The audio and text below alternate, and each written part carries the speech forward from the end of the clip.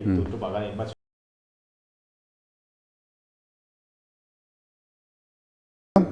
tin cái sợi chu ZP anh là MNF anh là con là làm point mình thì bồi vắc là vào Inthlana chuan vote một tấm beran thling dona a than don a me don khen khan ru thak thei ti ka fia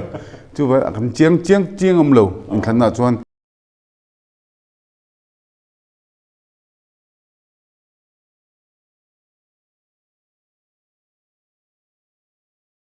na lung le ya kanin mu dot maya alo viawa arala tang kanin battery na tin a mu ta ju kanin mu online in tim ya ase bai chana in mu tak ke ju kan voi ni in pu na ne dam cha kan he ya thil tam tak soi cha ko ma amaro chu kan du song soi kha rm chi a big don lo he kan program azo vele hian in program an nei le do na chu thil lu kan ma kon no sia sakula chuan pu le thai em vanga lung le ya local ngai ni ki rom lang no maya kan thia dangin som ni pakomu kha lunglei municipal council khan ka ta khanin congress party angin campaign group kan telve mo chuan thepe tokin party worker angin tun chum chukan kala chu congress khan chak ve nge thein turin a formula sang kan red ve mang turin kan kal phe ve ne de me ho iti ma hen tu te ne tu kan ti ma hen ke kania kan then pa ma puya oma chu mining officer retire nia putam la oma tam la lo har chu secretary Mizom Sugar secretary pon to nia chuan reverend dr lr poni company group khadam min da mo chu mining group de ni mo ni de ni me leilung ho sakna mo leilung mai to na la khong sam chu hei party ni wat som pa kada candidate in nei ki ma chu ta chu tu te mo han ngai pui mo bi te hi nei de hin ka hian mo han la bi te hi nei ri ka hian om je chu pilalang ko ni ward 5 hey hi sang ni som pako April tha MP independent koron ti khamin campaign pui tu ani ve a o chu anin chu wan tun rum chu han pa shim shim in rongkal ve ro te o ko tia lelama chuan kalom ne chu LMC hian part dang poni thowa lungle in chang khang kan ti dinga ki mani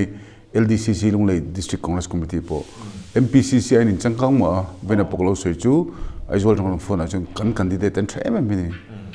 tunge hausa tunge paisa the thang theng ti zong no lovin tunge thang tunge tling theng tian langoi tu chu wangin tunge tling ti soi thiam hara chu wangin tuna henin PN koli meba ka kan candidate thatak tak ho te kha ron campaign ping hal kan nitani nge ni campaign top ni theng mande tlai theng kan man ve do ni chu ti chu na ni le hei in ron kal ta ni mi na tu ron kal namina a bo ruak tlang pui chu a hriat warin thari nganang mani in wat som pa khada hian in mu da na enge in tin mun tlang pui tur a chia chu a soi thei lawa i mu da nin a bo ruak thrim ke ma tak chu ka seng khanin aron bo hotu kan ibera calculation kha ka tuilu tuklowa a vai hot tu lam pang kania tin ka soi chu ZP ani le MNF ani le kon le lam point min ti boi vak lawa Inthlana chuan vote một tấm beran thling dona a than don a me don khen khan ru thak thei ti ka fia chu ba kan chiang am lo Inthlana chuan chiang shim mo ting don shim mo ting lo shim am lo wa ke ma lo ngai tu ve dan chuan kan sor kha trok chu karinga ma ro chu tu na hen kan zik kan va ko ve na lama hen party hisab ni lovin candidate hisabin vole wang mo chung le khan nei dan te mình try MT hisabin in vote don in kam mo veng feeling angte congress chu pu so tania ZPM chu pu du mania MNF chu pu rom thanga tiang zong in akal vak lo ka thia alo amani pon karin danin vote za zela vote som thum vel bak karing lo vote som sere vel chu mi mal ina ngene mi hip the danin ngal karing chu wan kan sarkar vel che chu karing tin tun tum hi nga tinge party zong kan lak pui mo kan ti chon LMC khatrek te ne tak tak chon VCU chu or nia maro chu LMC mi ache thachuan general assembly general election kan nei dona ta chun minti phur tu ta pui mo ta ni chu vain MNF ti te congress le PM te pon an lau serious om lu tu kan ti khasoi du chu vain congressman ang chuan kan thleng chi che karing chu mi ni chuan kin chia tu chuan ni som pa khada paru ka si duktal ngai ti na si duktal chu mu in be sei ti na ni ta kan ti chung ka mu thiam che lo kan LDC shoi tu te kan bek hian i congress kan chak wang pon ni lo pun kan candidate ten that thok khata antina ward number 1 ka soi lo ka zau ten tin ka riang thu soi kha ni min khan ka ngai to ni a thin lung tren soi thu soi ju thiam lo a ti ve lok lo ma se thin lung tren soi ni chu wan campaigner kan candidate ten na thun soi hen ka te ma bula pok soi I thin lung in soi ni ti min mi tir do ne ka ti antina puzuram thang te ngam tu te politician ti thiam soi thiam shim no ma soi ngai nom thiam ma se kha mi pin e vak chung to lo I mean business mo ka ti tak ni ti kha anti thei chuan takram kan mo to tin ka thiam lo ni pon thiam lo ka thani pon thati ve me acting lo mo chu wang kan candidate kan en ka den hen kan zir hen kha lunglei ngai kha zone lunglei na free common platform an sim kha en ve ka an fel hlom ka lunglei LMC in khan hian future MLA turinga padon puram lu tuk mo lai ka in lep tur ni phot lep tur ni phot lunglei thuak chimla ma thuak oman ti atro chu van chim thuak chuin lo ni thak thokhat ka ti chu vina po MPCC pakhain GS pakhain mer phone purhet engi observation tingoro MPCC azol chang khan LDCC kan zirangai inge kan zir turat le candidate selection an thang thiam riu kini chu hausa mo paisa nei kading ve hrim don noise thum ka sen chung katling tiang chi nilovin mitha than kan tu mangai chu LDCC ka MPCC kan en to ngai ni chu ai thil soi tanga karil ro thil ron pakhat chu in khan chung changa khan aveng feeling ang deuh te om thei ta tin am thing ang zong in om ta chu mi ne chuan kum tok MLA in khan te nan chu na man tlak ber don chuang lo ti ngai ta aman tlak lowanga thowina bomar chu dun kalom ne me pakhat chu ko se chu candidate setting a party tin changkang ani MLA setting hi boitlak do me chu tin congress chu party len ni ta ne puso da kan ne ya puso dan fair de wase da duwa ma se mi theng khachun a khale chani de tuni kala chance ti mi kham beta ni khatiang ni lawa kan puso ta na candidate tur kha fair de wa set the chon congress tan future om tingche khan LDCC atangte LMC tunami party sansan hen aizol tang kan rojir chungwain kriya tu wangin kan sei tumber pakhat clean progressive democracy om turjon a candidate setting a fu ngalangai candidate setting kha poisanga amo anning hal tuk chuan a fair thailo chu wang lo sei 14 aizol veng theng khada chuan ko ran upa te po officer len tholom tho nem thei ani antinan kuliko na chuan driver te ne kan ko ran upa poisa in kan hisab lo ni te kha cheng amo kha ting dum la khan selection process a khan apoi mo mal in changkang so ya khan in ingai poi mo thin progressive democracy chu chang ro so ide ta he hi chiang zokin a zia te le ala he chu chang a soi du shim khan soi jaw te progressive democracy ka ti chu democracy kan ti chu mi pui na an ai o turan thani ta ni pakhatna chung kan ai o turing han thlang ve Mizoram bek India ram jaw jok soi lo taila kan MLA ten an du danin ti dei mi ni je chu MLA te kha mi pui ai an oni mi pui du dan zong lovin MLA te khan che tur ni lo pot mi ni khathia mem mi pui du dan ka lo noi view ni pon MLA te kha mi pui du dan khan upgrade mi tur ni an soi pui nga sincere de bin ngoro wi ngai dan thalo helam zonga bypass kal thalo zo he zong kal tu ni ti ten ta chuan chumi apoi mo le dang pakha chu kalau sei fo then chu politician kan ni lo ju dak ve pe ngot ramve dak pe mo kan ni to ka sei du jok la ta chu politics a hian itui mo tui lo mo YouTuber ni mo media person ni mo ho sadewo mo school jete tu ni mo politics min effect me ni chu ein party kan lut kherlo ni pon candidate kan tui tur ni tunan tinan lungle MLA pali ni ta han tianga tunan tinan congress MLA mo ZPM MLA mo hin enanga thai ti ta tro amo khapa khan poisa apek che wang mo inchung na ni wang mo mana kan cousin in nein Chinese blanket present ti ang chi hisab mo anga I than chuan sethevem chu wan kan chun MLA kan than hian an candidate tan kan thlang ni kan fetlat me ni ki mani tan kan bial tan kan ram le nam tan kan thlang ani ti inconvenience la ka do ni ani lo chuan kan du tui lo an sei film thong ani I soin nge kha uirenu mo angai dam anti anu pui ni lo wa mi nu pui ni angai dam jo ol samulom tro ol sam de la chu te che chuan chu deng che chung kan MLA te la ka hin thik thu che dangai ka sei fo train ka sei kai lo ka min over min mi the pul than hol tram nga se chip ala pu than hol kha atlin na chan kha pu hol hi atha e maram le nam tan ti in nge atlin engwang atlin ti kha she dan lo sam bera chu in than do na khan pu hol an ti mani ve ni kathiam chumi chu ser chip ba congress block ho khan ka pu in than do na itiam kha itila si lo ba ti ngom anom tlat lo chu wang kan in than hian kan vote kan pek chana hi poimo ta ni an ma ni be se na tha tak kan ne wang vote kan ni chuan I ML candidate kan ML te kha an tight ngal rangot me ni an ni lo paisa an sen vo kan noi jan hi za thuman se na an tlinga ni chuan mi pui ngai to na om to lo an ma ni paisa recover dan tur ngai to ta ni hai fur kha chu wang tak chuan progressive healthy democracy chuan of selection a party anin party and smart nga ya chuan candidate thana hian ka te ni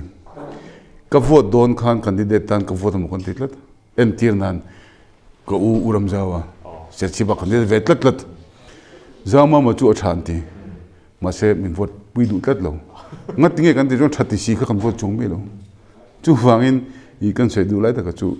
uram jawa tan khan an vote ni nei hritla ta ka sentence sol hlam si mo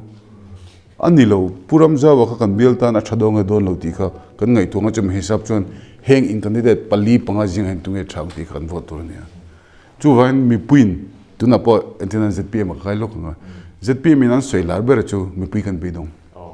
congress a MNF an be dong anti ingin be don be ngot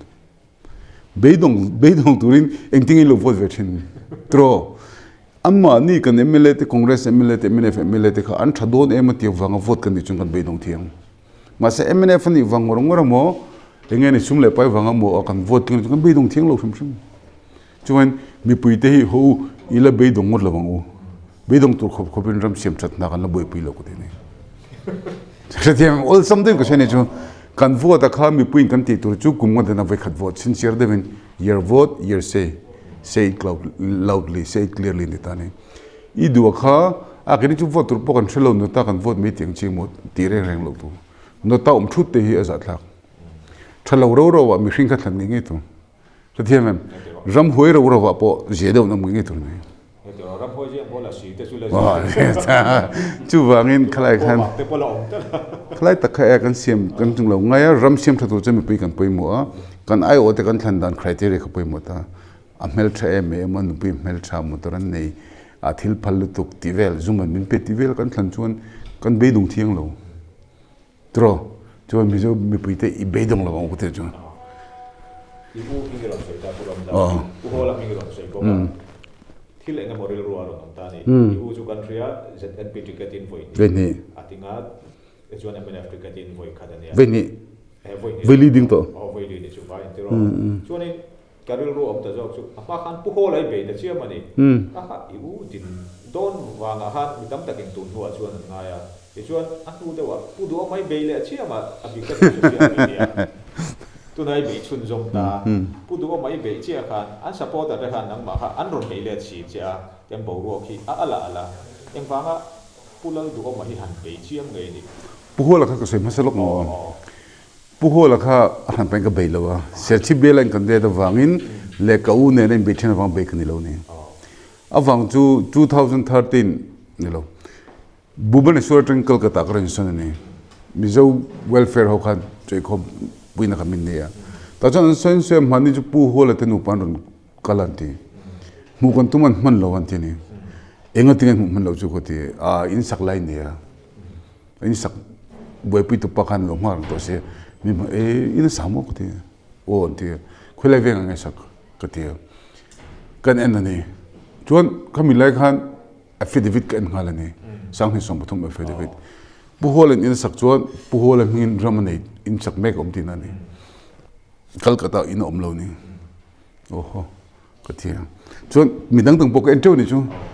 khami kum sang ni le som pathum khan za somri do thoin affidavit dik lo an thelu tang mase kan o sam candidate zong awang chu affidavit hi an sol wang ani lo wa affidavit an fill up hin ma an fill up lo to pan sign top pola kha kum nga chungin achang chung kum thumin upa achang kum som pakhaten upabel so pola kha asola ni lo pola kha ati uluk lo tu mo ne jena mo sign tira ati tira fine be ni ta chon ka ngai to ta ka chu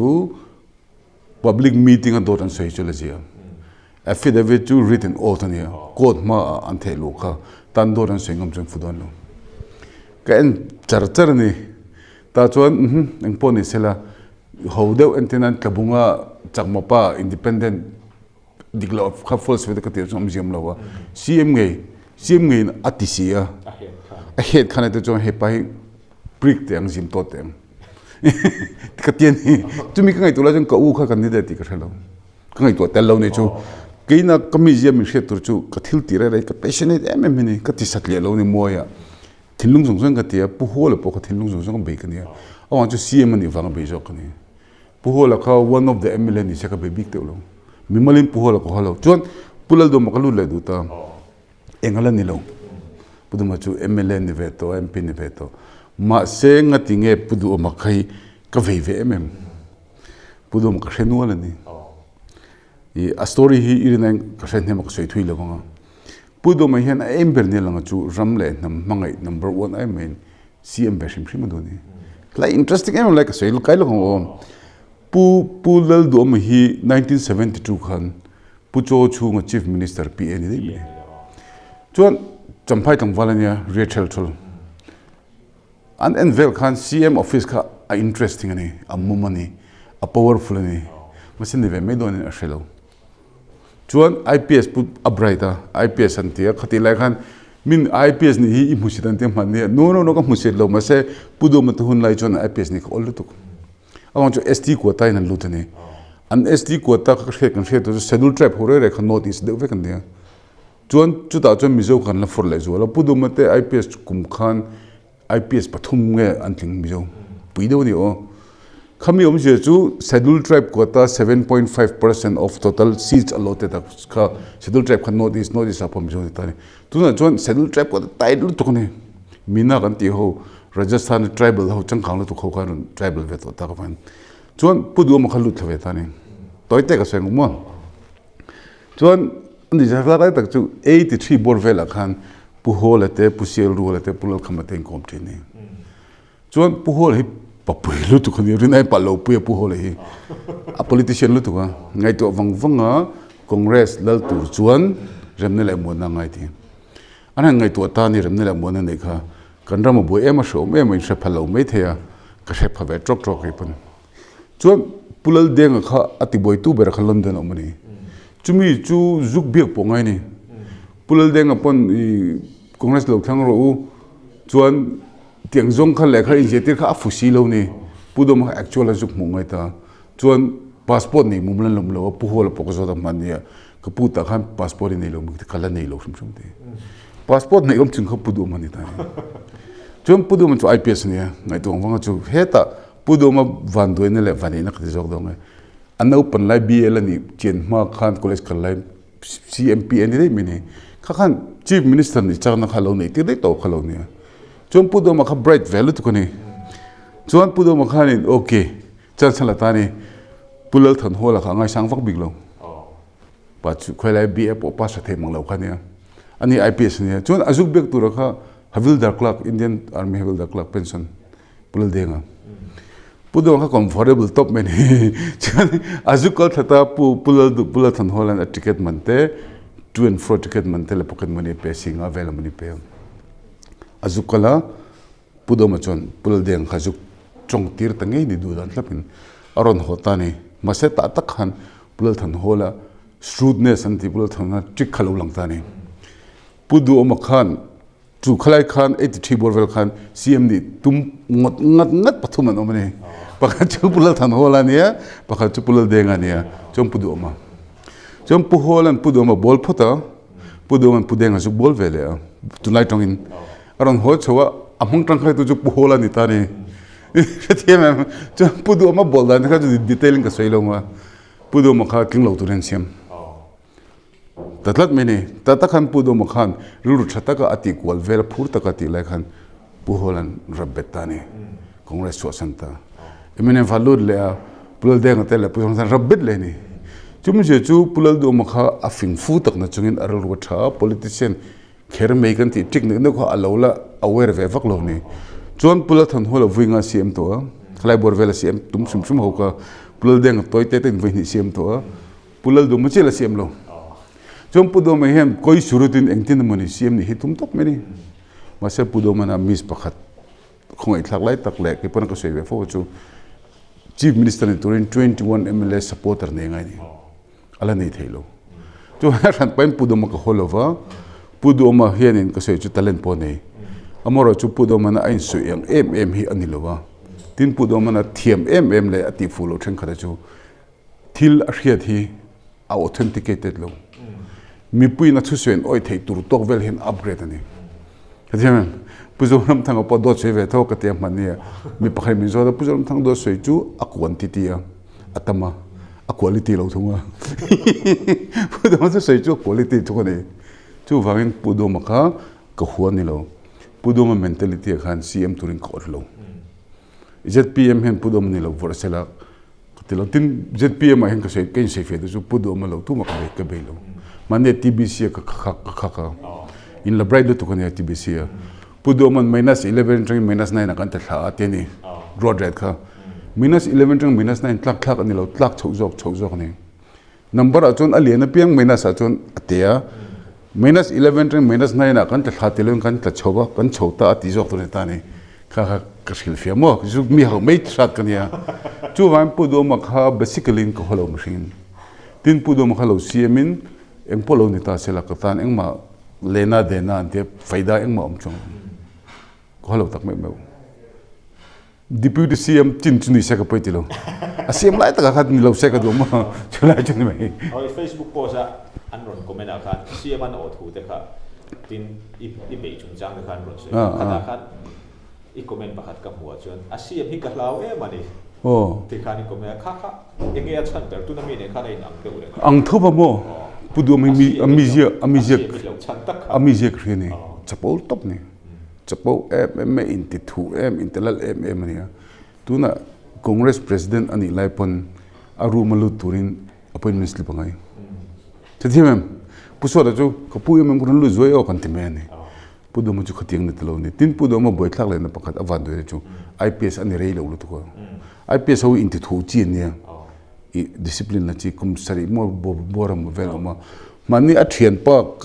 ka biak phe chon puthet a boi thlak lai ber chu kum som ni tal ron low service ve se chatur ne ti khami ips feeling a inti thu na rik fo akha ne ma se politics a chon lo ni si lo mo kha chuan pudo ma chu ka sei chu pakhat na chuan I ka du lo ni chang kham zo da tro a chapuwa pakhat na topina chuan do soi hi thiam ema soi thiam chu integrity nei lo ti na ni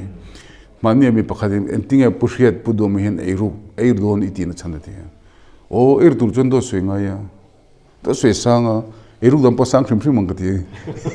chuan do eir tu chon dot mina soi du lo chon entina puso da kan faklo nga eiru tho me thei ka thelo ma se puso da chon do soi hi edik ve lo ni puso da chon do soi hi she me min do soi she chon eiru ka har lo tu entinan PVC pipe tu rakha plastic pipe in antista PVC ni etije thongai sia chu wang pulal do me ka muda chuan I Mizoram mai tak wang ne lavin khami 83 84 borvel tanghan koi surutin one time tal CM ni vedu akhel ber chu CM ni chuan CM tlak ni lo kapa tong kam takin a CM chak tlak lo khian CM nen chaka atlak achak afid hoven ni le pe chong silo ti la ka sei tu mania mo chona san pain pudu ma chu ka sen ka holo kon tur pok nei lo mitalen nia tu sei thiam etil pakat ka fak vele lok ngam 2018 khan serchi ba ka u ko kompeng puya lal ro digital studio tu sei dona tu mangai thak phal la ba zpm panhe pathumaran hruaya chuan anei tu popular bungal chunga kha kamhel thia ne puchung ngai thlave du puti a ngai thakam phal lo ati ama se ngai thlave du lom pudul do ma ngai ni tu sei life in ngai thlo ka ti an sei choni chu kum som sari ka ni chodon to katlin lo chuan ka thei na rei kho sei to le tu serchi me puin min vot lo chuan min chandam tu in ni an sei chho tak pak me chu uram za wa campaign pu tu pa khan athu sei ngai thak zo khan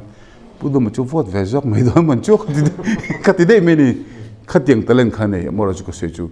mizo mihring kan ne thereng kan ni lo trong rung đó bùa thấy cái này là bao thiếu tiếng ngay ta bùa đồ mà bùa thắc lên nó bắt chú mi ăn suy này là bao incident bắt chết cái gì làm chăng bùa kia thì hết bùa đồ mà hết lòng ngay sang lâu hi ôm mình hi iti nan ngay là tụt quan tiền nan 2012 vào bùa sẽ cho lên cái hồ này chú lại trong Bangalore cái lâu mà ta chuan bùa đồ mình cái phone về rồi mi kan thok hong chu mole ti niam mole ka ti chon iran ho huna office at per leng venga ti ni okay ka ti karan ho choni kuli kona kan thlenga chon ka pu hei karan ho a she da changte ka ni nak tu ga office dan sang karan len ka ti som khat velar leng ro ti me ni okay ka ti kan siam phe ni somi treasury square znp la ni la khan chon ka vakal ni office khan pona khan draft board local ni kapu hei share the changte ka ni kapu chi bai share the changte ka ni ni jana ka imbi ang karan kala ka ti hoi chuak du mi lo ni khel char chara kro te chang ka tong hi rang do le ka shaman lo ni ka ti ka soi thale ni mong do lagin kapu share the changte ka ni ka ni bek ang khan som pakada ka rong kala ka ti ni ala hoi chuak du mi lo ta han kan na lu tu ka ni awan chu pu do min bi du lo ka na ni lovin ti khobo polite lo kha je chu pu do khan ni ve tai la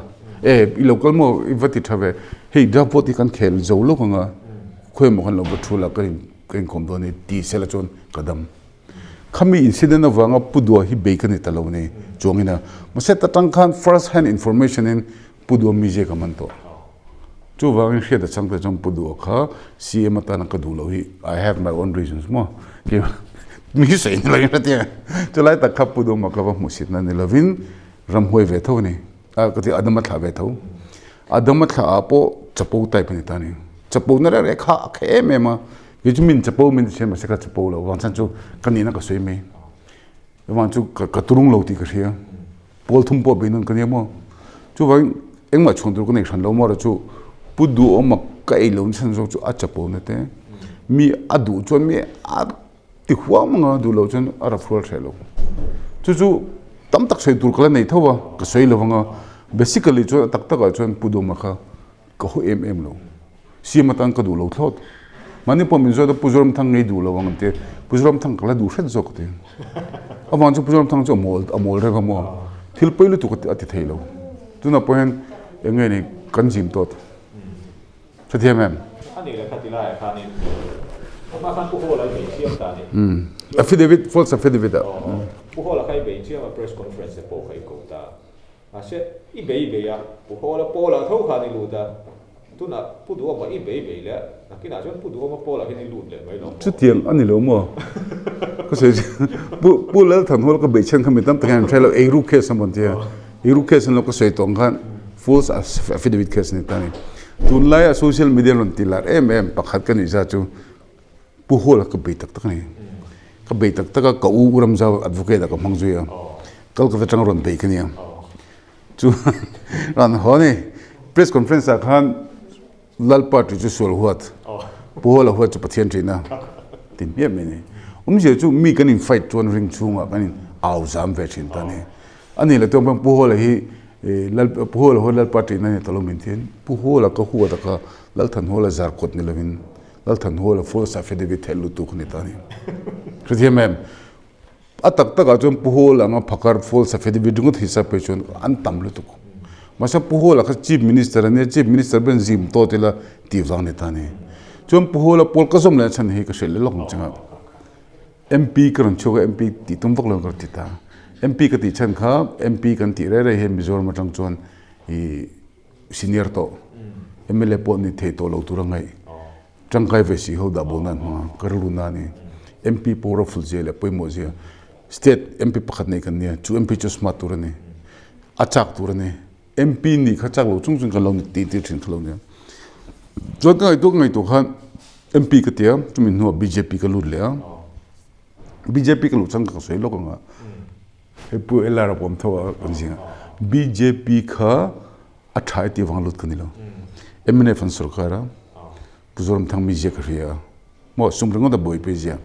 chom bjp kha an background propaganda chu hindutva ne ta ne hindutva khan ron tianga skula ya gan ron introduce ang yaga nei lo chu yaga subject nei lo chu fan kan pelong ti ta sela pujoram than yaga soi moi don ke ro chon BJP ka som chen kha an ma ni propaganda lo dal tru khan BJP kan lo manga state BJP a ho tu pon lo nga chon Amit Shah tele midang dang central BJP RSS influence rong kalanga yaga poi mon tinga ke khan mizo pa mizo Christian pa khan no yaga kan du lo kung fu kan du jok tingam tur BJP lut khane ta ne mase kan tha somche ko ma ken khan central BJP Mizoram khoi don lo inga man ngai lo ti ka kheta ka BJP chan talawa cho san le ta tin tunor BJP president thar pummo ka missionary cell ka din kha angai thei tlat lawa MP ate khani ding le lo sia khoya by election ane by election MP atangin independent atangin BJP tang ka ban santane ka bang ta min din ti la chan kha by election min din ti chan ai lo ta khan mo BJP lovin BJP tikin ka ding ban na ka thelu to ni anan sual thiam je chu serchi by election am don puram zawa o ti don lo MP vote sing kha sanga vel mo ngene alar pa ngai chu wangin ti kha MLA ni se pop lo ti lo kha chuang lo kha lo ni central ren tira naga pakhat ki ko nan tema chu Mizoram Prabari in Mizoram charge angai to mong kha Mr. Hriata Chhangte hi BJP tikin din tirila a future atlin na chan sa tha an tenga paisa dil chona mi lo du kha lo ni kaman lo ni chon anon kalpon voi thum ver ken dora no I don't have money paisa ka nei lo ko te zela ato ba jam paisa nei lo apoi lo ko ngai to don chalam money is not the problem okay chutiani chuma se BJP ka ni to si lo ka te ni ani lo pon ni la i ban na kha kan pom lo ni mai lam ka ngai to ni se chi bel ania chon ka chung le khat te kha ka ngai to ka chen tha to ka ngai to a paisa ka hisab dan chon noi ja thum vel pe ka be ni noi ja thum kha ser chi bel an mang teng king lo pon ni la chung te ka pek te ka mi ka ko oi tak tak rong ni noi som min pe phoda chau ta vung rip ka chen ta bula phe jorin i chan pui ngai list lo siam ru ko te chan pui ngai list ka siam ti ri cha du ri bo mo chon paisa khan noi som thum chin ka dong ta ni sem zo rang khop me reng na kha paisa tang khang kai te cheng khat ma lut lo wanga ka paisa cheng khat ma BJP dang ka mang don lo ti ka din chana ni chon paisa kang kal the ta lo ni an ka he dan chon noi jan ni veron sang sum noi jan ne noi som thum vel candidate in ka donga noi ja som se vel khan chalai kol ta ni thambral ta ni tun boin nak na ni ik then zo la te serchi ba te ban nga lu tu ko local zel ni BJP ho ka ta khan an hu ka man chole ta ka chu pushia da Chhangte kha central chu ka bai da ta han jek ta ni ta ONGC ameda ba ta ti kha pen tu ngane marking mo marking penin makal meni Modi le Amit Shah Khan Gujarati nia Gujarat apom be shepto ti kha poisi dil cho tum tam na lo mang du kholo ni kaman si lo wa ikutin rule kon zen ti ka kudin rule ko zana dik mi so poisa kha chu anon pen noi je thum vel pitur ka ngai mo an seda noi je ni vel ni chun noi som thum vel je ka dong ta aboi tlak lai tak chu khamin khan don tak tak nei pe ka chun be block kan ti mandal an ti mandala khoi tu ta khan paisa min dil ve thini ke khan ka pedu lo jo ko paisa nei ve chu candidate paisa ne BJP lo pusem tur ne ka ti BJP de chu khuta state adil lo ko ti thin chuna top phe chon ka bom min khar sak tu ma ejen anum du lo vote mo that ngai na chu om lo mandal min lo ente anu je tla ka se min interview vel min interview pu he iting lo ta la BJP ini le don long halti na men BJP kan re le nim tu na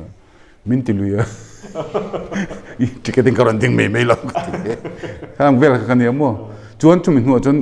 pu ho la ka chum la chan chung ram le nam ka ve ne chuan social activist ka che ve tho wa advocate nang pang ka che ya ma se azim to dung them mizong kon zim to thadon lo ti ka sia thil ti thei tu he me sarkar om thil ti thei tu ten dan anga ti sham ai dan lo anga ti sham an tum chuan om lo chu wangin ati thei tu lama than ve tum teng ka thia ZPM ka na MNF poken MNF khan min som ve ni o MP pokan MPM min so ma ka uram za wakal tlangi miran som ve a ko u poker hela ko u MP MNF MP ko ni lo meng kati ngating e te a ngai to vonga puzoram thanga nu pui pirau nei sangin purhiat he ta palika bazar a bek thada ko ti chika milongoi to te ting te kha ati don siamo kha peilo hwa le chuwa khala pa kha du ta big lo ni hete ni ho ngala nai hen ngai dang ka nei ve chu wang khlai ta kha chu kai ka reject char chu wangin tuna congress ka lon san chu ZPM MNF le congress ngai toin thalo rawa ram hoi rawa je de wonom chu wangin congress hi an party una an network liana chu wang one fine day congress party karlu taka phechon ram le nam siam that kan tum ve ram le nam siam that tum pa in party khan ka siam that thailo nei chon ram le nam siam that thei tur ko nei lo chu wang congress siam that tum te ang ti missionary rulupin congress ka zum ve ni ta po hian minning tan chen chon amon chu ka chong du sia ka huai ka bol box sia manipun an thu thep thop ngoi ru tun tu min than chu 2023 kum to min than chu te ni tiang MLA tur line shim le sumdong tur line chiam phang ko te ni tin han o chu lom MLA then kha chu an minister atro MLA le minister tak tak a missionary rupu ti chi ne masa khami MLA ni du bok hause du bok an furmi ni damberan ni a chu chak an la ni puso ta hi fair boka puso ta na MLA candidate tura ti chu ram le namda number 1 sumle pai ming chelo mitai ma katling vele tu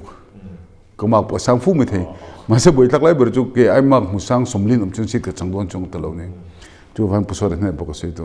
kapu MLA line tu sim siam thangila tu sumdong line siam rang poke la ka the anui ha kam se te thei dong tu ka selo mo chu van tu na pen ka se chu congress pa ka nia congress chak ka du mar chu congress khi bo huk la kan ngai ne lo ti chu kan candidate set dan lo ru satia mem chu wan pu hola pol ka zum le kha pu hola ka hon lo je lang jok mishing teng ko holo pu hola kha ke mani pon YouTube kon siam lo mi lon sak vela pulal thon hola tungai ti kha pu hola bon le to mishing chu confirm kim lo masa pu hola na ramam ngai jete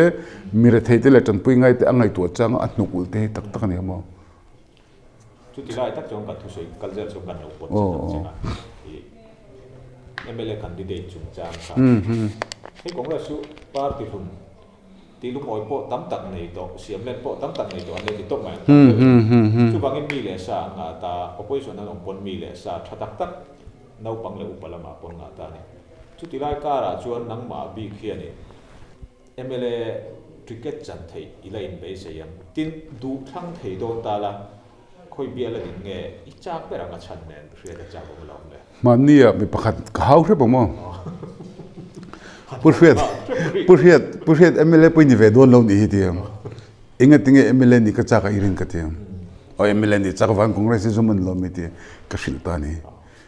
min malak ma samsan kan nei entina pudgo ma boglu le lokong hetam mania ilo interview khan sarkar thok te chu mani ma selwang ramle namai nom lo politician chu ti khati ta ni atak taka chung ke pon ka sei tho ni kha 1980s chovela ke ni engineer kan zir lai chuan engineer zir reng khan pathian ko na riamo ramle namai wang engineer zir kan mang lo ni mo ler ve deu sum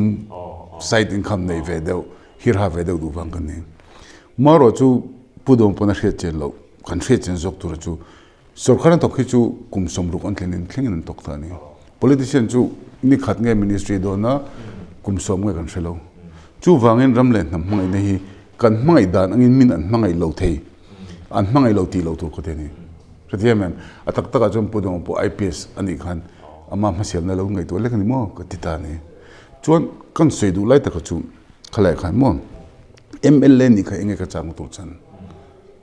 MLA lo ai tam to pension kan ya chuan MLA nan enjoy ka enjoy vek to a khovel thang ho min kan enjoy to a satia mem ta chu akhran pa chak tu ko nei lo ni ka chak zo ka chu kan rama hian ram khoi tu ten tak mai bin ti sila ke chu ka te ka mi je chuan lo paisa nei train tronen lo for kolila Bangkok Australia mo Singapore lo jin kolele le khabu jek la ti ka dream ni maro chu ngati ngai ken rol ve thosi ka ti chun politics kal tlang lovin thila ti the si lo ni chu wan ka zom hian tuna hian ka soi chu MLA Chhangte khamania RNZ me ka RNZ de se ti panarom ko kan izal to ka dampa zu kal venti ki ma kha BLN ve mo kan lo dia puzon lo tlung la campaign pui lo ni chunga han zo zau do pu he chun bil vil pakhat man nei lo wa pudu ma che uluk lu tu kina vela ti alo ni tak chu ko soi zo ko chumo soi zo ko chu pudu mi nga tinge ka ti chun pudu music she da wang zo ni pudu ma hi deputy CM ten ro sa pui lo CM ni lem ka ti top turing ka du lo lom khalai tak te kha chu vain eng ma ni lo mai la kan ram than chuan chu pudu mo ka deng lo chin ni CM ni khera ram tan thil ti tu ma CM lo hin ti the ki po officer ka ni line lo pu ho la ka khin MLA ve podang ka thilai nem tro chu wang ka sei tum ta ka chu MLA ti bor ve la ka dream ve vak lo tin mani pung ka soya minister polo ni ve ta te reng la CM polo ni ta ila mizom sarkar tu na 2023 kum to ba sarkar thar piang do na chu chu angai tom ha sakber tu chu khoi tang paisa kan pu kum cha kom lo ni mo paisa puk turan in lalview ni ngot kamo ka ngai to thiam chuan chak na che ni lo chuan ka chak lo wa ka thupi ber lo wa ka khelem lo wa mar chu tu te mo nga koi suru ta ni nge ka tum ve lo a chengam kha karam ngai dan dang my own way my own styling ram ko mai ke chumo sa ju kan in kom dan azele na le lamba kuna culture riau le sia program in la dei sia po che du kan that lo Siyat kan chak le chu atop lang panga chu ti la Mizoram ta na I dream I macho siyat chak ka ti tu na dream bon lu tu kan nei lo mo Mizoram ta ka dream chu Mizo tu po LK ni mo siyat Chhangte mo puya khan khovel khoi muna po by the way I'm a Mizo Christian ativa ngam tur omzia chu Mizo Christian pathe min sem hi kan vani kin ti tur ne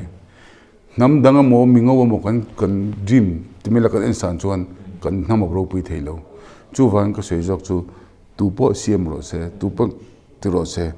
Mizo kan I kha za pui lo tu ni Tokyo ni mo San Francisco ni mo Serchi ni mo khami ni tur chuan ke ma ni khan confidence ne ngai ta ni chuan ka dream le pakhat political dream ne kan ne chu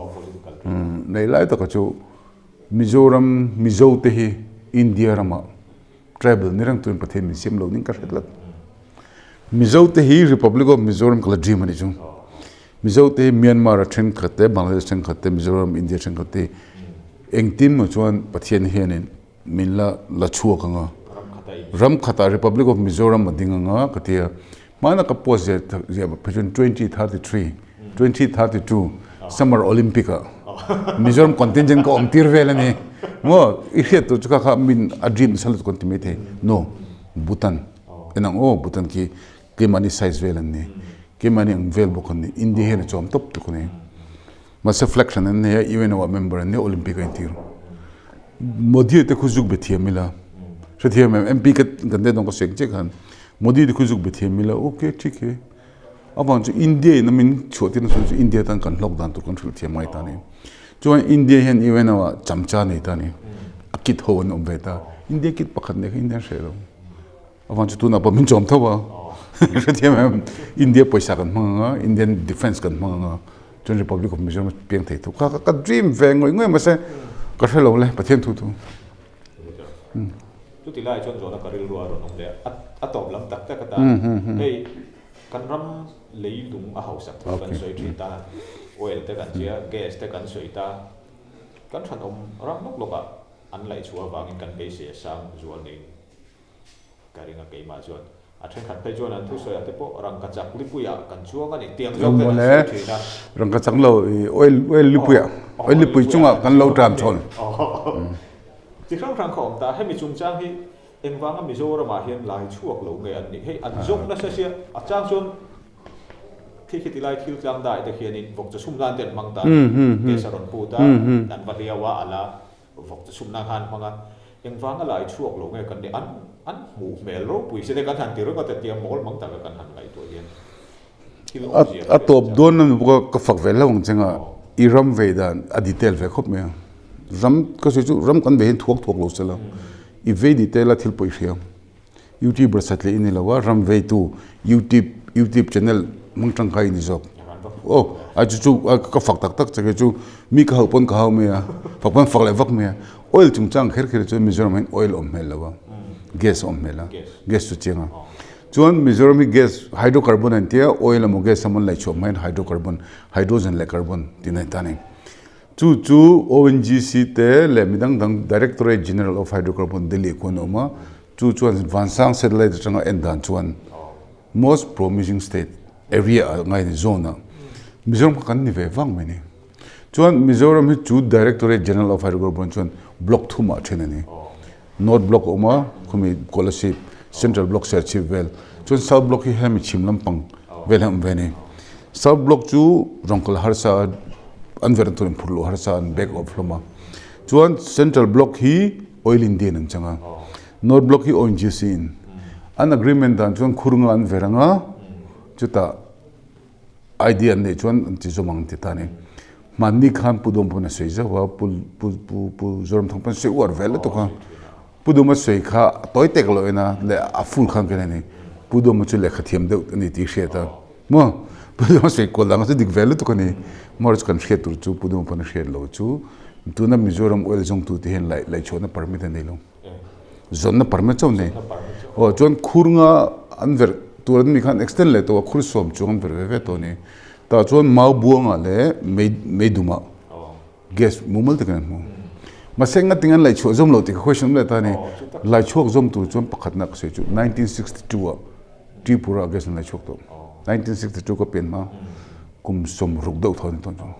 masenga tinge gas kha afulan produce so tu na ya sang ni nuwa ama chu gas kha lo la chok venga tunge mang ONGC oil india khan gas kha lai chorngot khan nan lo sumalen du ve ta ni chuan Tripura thermal plant gas manga thermal plant siamta full in lai chok ta ni tuna hem boy thlak poi ta do angalang chu one gas grid don india mu pi gas in put khom don to hemi ngene high tension power one power grid che hen Tripura thermal plant support na kho Mizoram gas man tum ni na lang ni the mem chu wa hin tu na hen ka sei zo ka chu gas hi 371A kan tia G article 7 special provision kan nei hi ta hianin athan pai min pe velo Nagaland chun pen te Nagaland kha van zo ka te kan nga ya emene be nan ten ma no poi mo zo ka chu India ram kolphung mining law sa chon leilung ho sakna reng kha rang ka chak po ni se lungal theng po ni ro se gas po ni ro se ani tu stay sarkar ni chu wangin ONGC le company dang khan oil khalo mu trek po ni se la Mizoram sarkar phalna lun la chok thailo chu wain central ta kan ti le kan shelo wang ta ni tu na hen tuna gas company oil company ho hian Mizoram hian chian pe charchar surface rent tamle ton pe ni chuan chu min nuwa chong ka seile du chu satellite tang mu then sei hi ani lo satellite tang chuan oil amo gas du na structure synclines and there fold khan nei chau ne chuta chuan a tarengem oil amo holon cm ta se lo pembo de to em an pem ve thina mo oil tin migration of oil tin an sei dan tak pe chuan dik boin le chom sakber po kha dila ram putani khoi mani thuk dawa an siama pressure hete norwa ko bang apema get le thoron pem chuak chu oil sea patient temo tholeng lai ran chuak chu wangin Mizoram a hiam boi thak do milim site ka soi kai lo nga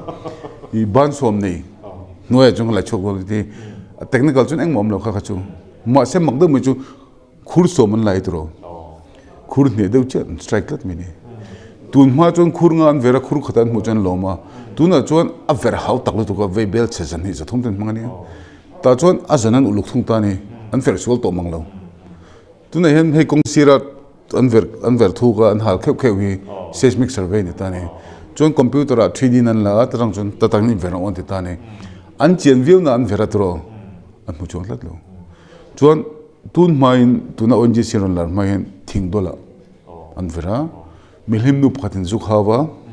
versu pathen phal lo ti an nu is thak an nu lo ni jatani a ver tu te jing me drilling in charge heart attack ni thi sai tu me thibok lungvel me thibok angdeu sin ma se technical chun ma perform lo makati em zo ka chu ma buang kon engineer te ka zot to ni game level an veranga chu an hisab jun ni se chung kan complete an thing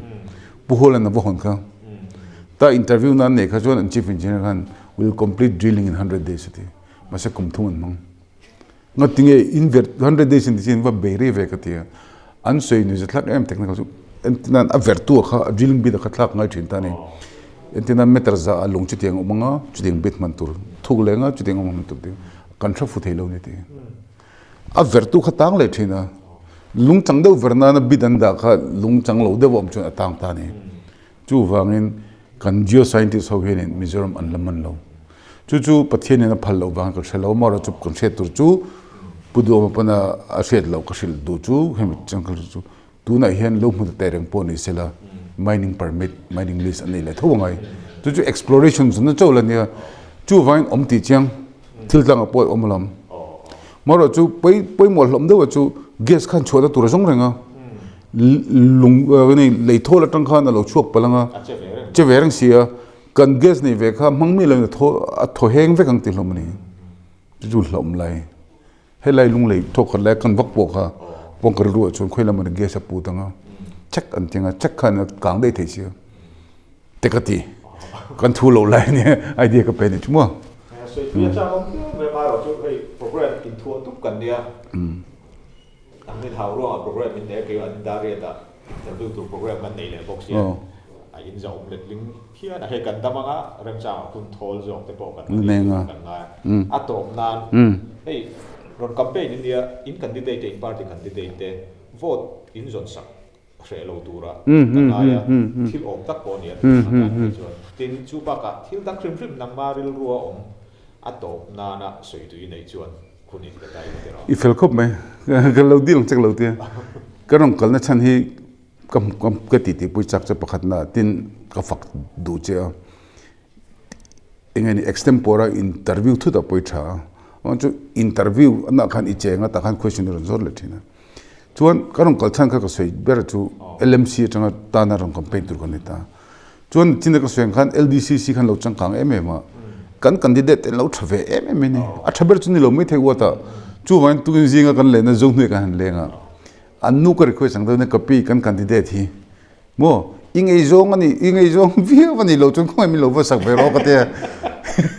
ngay zong tu ka vote thelo shim manum chon ti ngai nom lo ni e ti ka lo vote ngati chu wang ka sei do chu LMC kha first step ani do na mizo mi puite hi engko hana mo eng party mo kan om vek chu thiang om tur po kan ni ma se ko hana kan om na kan lak na lu tu ka pathian min nai tir tu ni lovin min la tir tu ni them bok hian party kan om na congress ka om na mo ZPM ko om na mo khan ram le nam mangai na min shuai lo ni chon ka that pui lo ti na ni chu wangin wat som pakhat hin thlanga April ni thuma mi kha chu dong kha ni thuma chuak do na kan lo be se dan chung party tin chakan du ma se tunalan dan chung tira ka seng khan party tin hin chang riau mai chu wangin political renaissance political revolution hi LMC chung om se ka du ni om theni chu wan tu na po ka se chu ka congress dan hi I hriat angin pol be hrep to lu le ka khania congress baptisma changkani velowa mar chu thalo ro wa party ro wa congress ji eti lu chok ni ta tak chon ka sei zo ko chu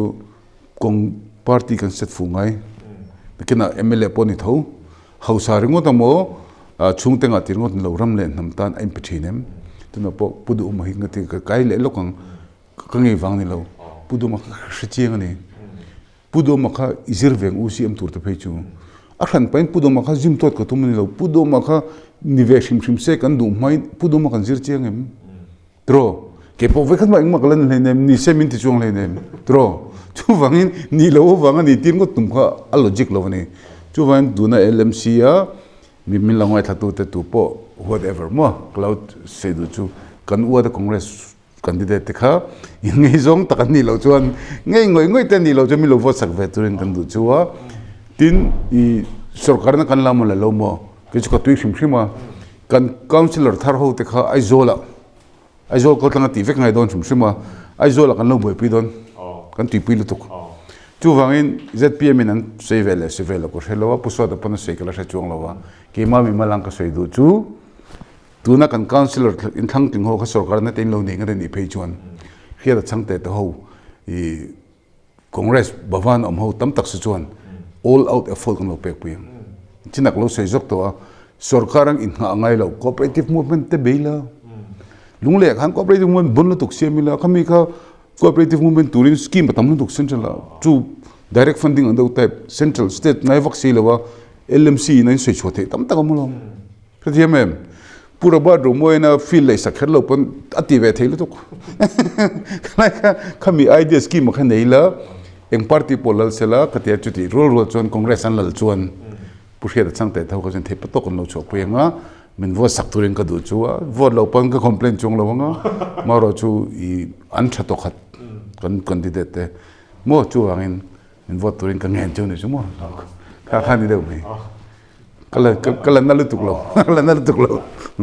du tok lo chung chuba kan du tok ka maya athil tu te lam pang poi ni khiat thiap kan han nge na ei Hriata Chhangte apun chep takara kan han ti boy hun rem chang min siam sakawangin achunga lom thu kan soya ramrong pol atum zel na konga du sang na sang kan lan bo kani kan do me kalom ti khan